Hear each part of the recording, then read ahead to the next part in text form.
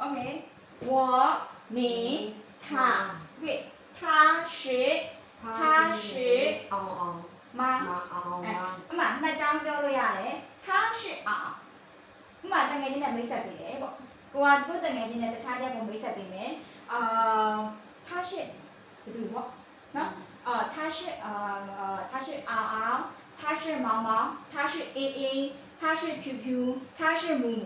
ဒါကြောင့်လေးပဲပြီးမိန်းကလေးပဲပြီးထားပဲတော့မယ်ထားရှိသူကတော့ဘယ်သူပါပေါ့ဒါပေမဲ့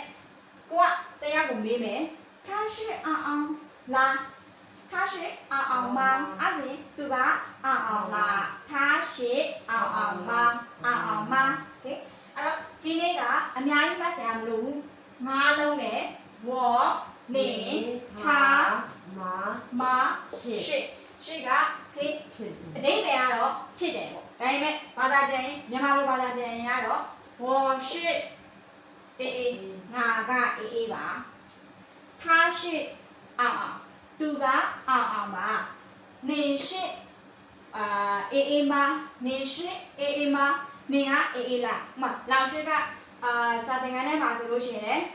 ပထမဆုံးစာသင်လေးဆိုရင်ဘယ်သူတော့နေကဘယ်သူလဲနေကဖြူဖြူလားနေကမူမူလားနေကအောင်လားနော်နေကမမအောင်လားအခါကျရင်နေရှိမနေရှိအေးမအဲ့လိုမျိုးတော့မရနော်โอเคဆိုလို့ရှိရင်他是အောင်ပါ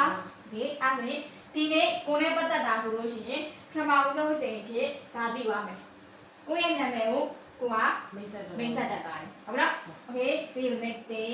နော် see you next day ဒါလေးကိုငါးလုံးနဲ့